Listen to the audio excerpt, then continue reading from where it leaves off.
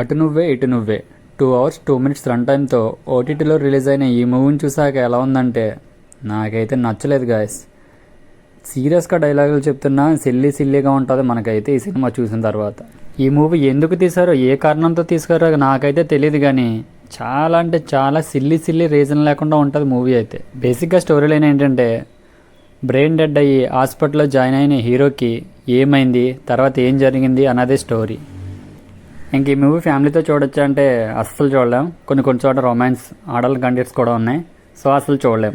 Hero ఏవో పెద్ద డైలాగులు చెప్తూ భారీ డైలాగులు చెప్తారు. అది చూసాక మనకి ఏదో బూజ్వంస్ రావాలి, కానీ నాకేదో సంపూర్ణ స్పోగర్ మూవీ చూస్తున్నట్టు ఫీలింగ్ వచ్చింది. ఇంకా చాలా సీన్స్లో అయితే అసలు లాజిక్కే ఉండదు. అసలు హీరో కోమలోంచి బయటకు వచ్చే సీన్ నాకైతే అసలు లాజిక్ లేకుండా ఉంది. ఒక వాయిస్ని కోమలోంచి బయటకు రావడం ఏంటండి, మీరు ఎక్కడైనా చూసారా? ఇంక ఈ మూవీ గురించి ఎక్కువ చెప్పడానికి కూడా నా దగ్గర అయితే ఏమీ లేదు. ఫైనల్గా నేను చెప్పేది ఏంటంటే నాకైతే నచ్చలేదు గాయస్. మీకు ఎవరైనా ఇంట్రెస్ట్ ఉంటే ట్రై చేస్తానంటే వెళ్ళి చూడండి. ఇంకా నేను చెప్పేది అంతే. మీకు కనుక నా రివ్యూ నచ్చినట్లయితే సబ్స్క్రైబ్ చేసుకుని అలాగే పక్కనున్న బెల్ సింబల్ని ఆన్లో పెట్టుకోండి.